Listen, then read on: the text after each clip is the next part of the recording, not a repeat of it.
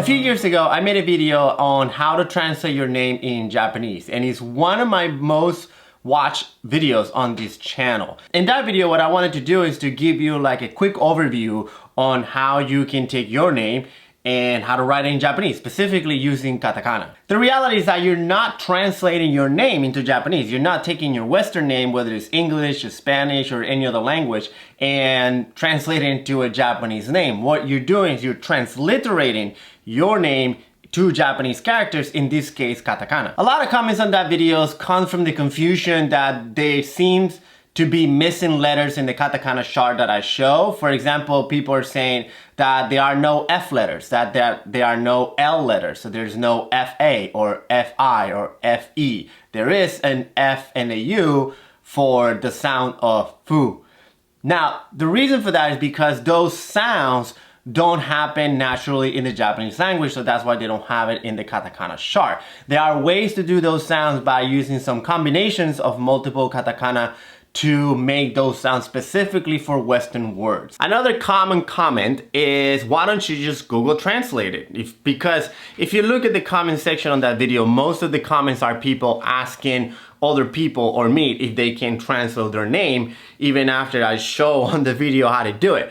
So the answer to a lot of those comments is like, why don't you just Google Translate it? Go to Google, type in your name, and voila, Google Translate did it for you. And that's what I wanted to talk about in this video, to answer the question, can you just Google Translate your name so that you know how to write it in Japanese?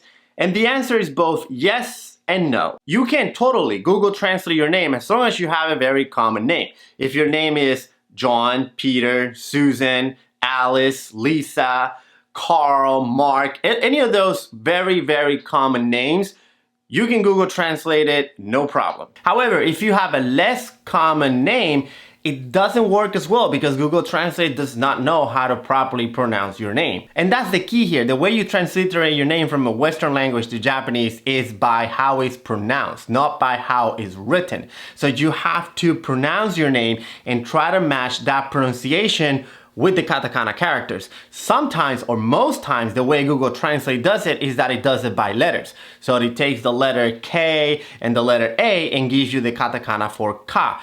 And that might not be the way you pronounce it.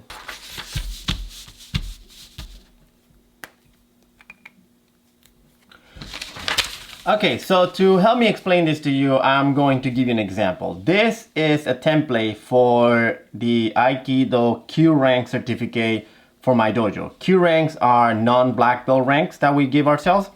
And I brushed this certificate and we use it to give to our students when they earn their ranks. The last line of the certificate is where it says who the dojo sho or chief instructor is. So when I was making this certificate, I had to translate the name of our dojo sho. And her first name is a little tricky, so that's what I wanted to use it as a perfect example of this exercise. So her name is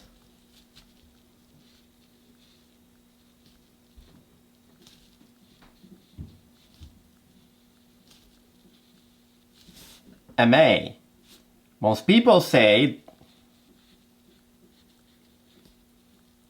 Amy, but it's not Amy, it's MA. Let's see what Google Translate says.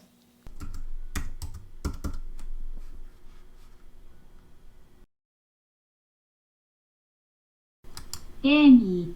Alright, so Google Translate MA as A E Mi E Amy. Amy. Kind of sounds like Amy, but that's not how you pronounce MA. How you pronounce MA is if you're saying M-A. MA.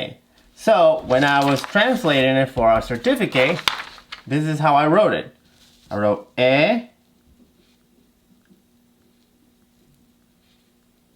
me E.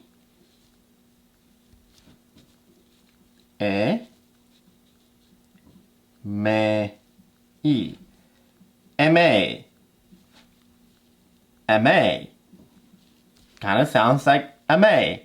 So, can you use Google Translate to learn how to write your name in Japanese? Yeah, you can, as long as Google knows how to pronounce your name properly. If no, then you kind of have to do it yourself. Remember, the most important thing is to match the phonetic sound of your name to the Japanese katakana chart. It's not about matching the letters, it's about matching the way that it sounds. For example, the first letter of her name is the A, but when I write it in Japanese, it has to be the E, because the E in Japanese is pronounced E, and her name, A, and I is E, Me. I know, that's why it gets a little confusing, but for me it was a little easier to learn the katakana because the way that the consonants and the vowels are pronounced in Japanese are very similar to the way that they are pronounced in Spanish, but it's very different than English. So what you have to do is to match the phonetic sound of your name. So listen to how your name is pronounced and then listen to how the katakana is pronounced and then try to match those sounds. Don't worry about matching the letters. It's not about matching the letters. Alright, so I hope I answered the question of whether it is easy to just ask Google how to write your name in Japanese or if you just have to do it yourself. And I've always done it myself. Very few times I use Google Translate. For my own experience using Google Translate to translate things from English to Spanish, I know that it's not really that accurate, so I don't trust it when I'm trying to translate something to another language that I don't dominate. So I don't use Google Translate to translate anything from English to Japanese or vice versa. So definitely not names. So thank you for watching. If you want to learn the basic of Japanese calligraphy, please check out my online course. It's called Shodo Essentials. In there, I teach you all the basics of Japanese calligraphy, where to get the tools, how to handle the brush, and how to write some basic characters. So if you're interested, the link is down below. Thanks for watching. I'll see you in the next one.